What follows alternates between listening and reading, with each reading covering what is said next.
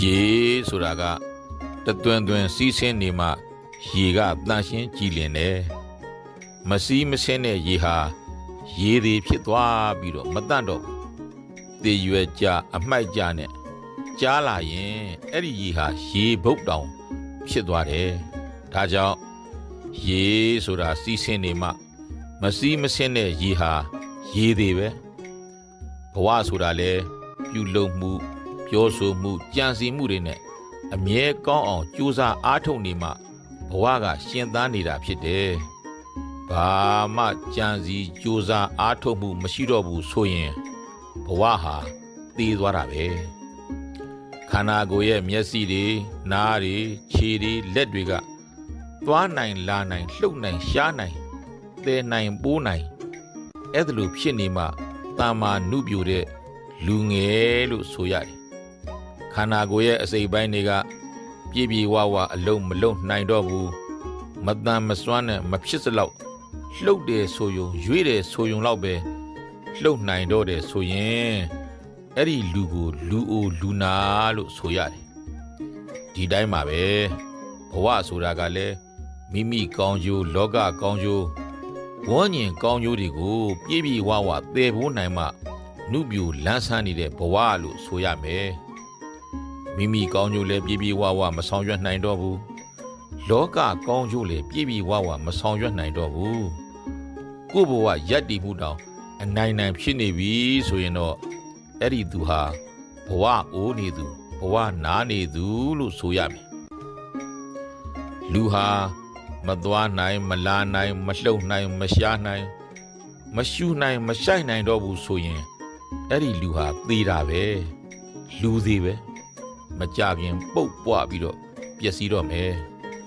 ဒီတိုင်းပဲဘဝဆိုတာကလည်းမိမိကောင်းကျိုးလောကကောင်းကျိုးဘာတစ်ခုမှမသေးဘူးနိုင်တော့ဘူးဆိုရင်အဲ့ဒီလူဟာဘဝသေးတာပဲ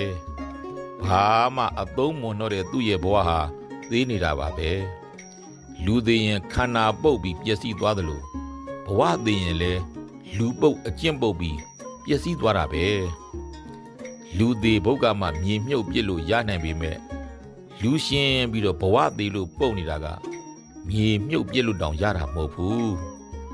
လူသေးဘုတ်ကိုနှာခေါင်းရှုံညတယ်လို့ဘဝသေးဘုတ်ကိုလည်းလူတွေကဆက်ဆုပ်ကြတယ်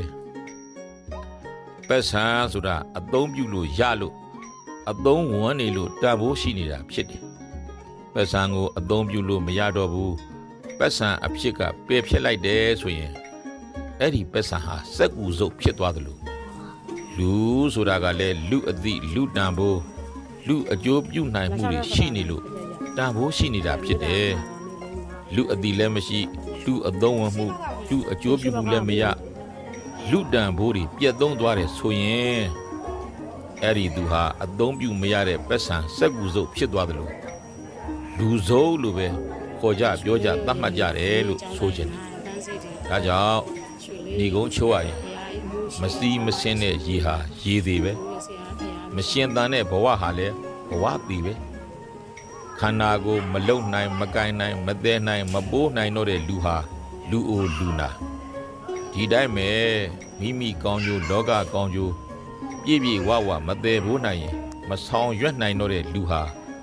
ဘဝအိုဘဝနာနေသူပဲခန္ဓာကိုမရှူနိုင်မရှိုက်နိုင်ရင်လူဟာလူသေး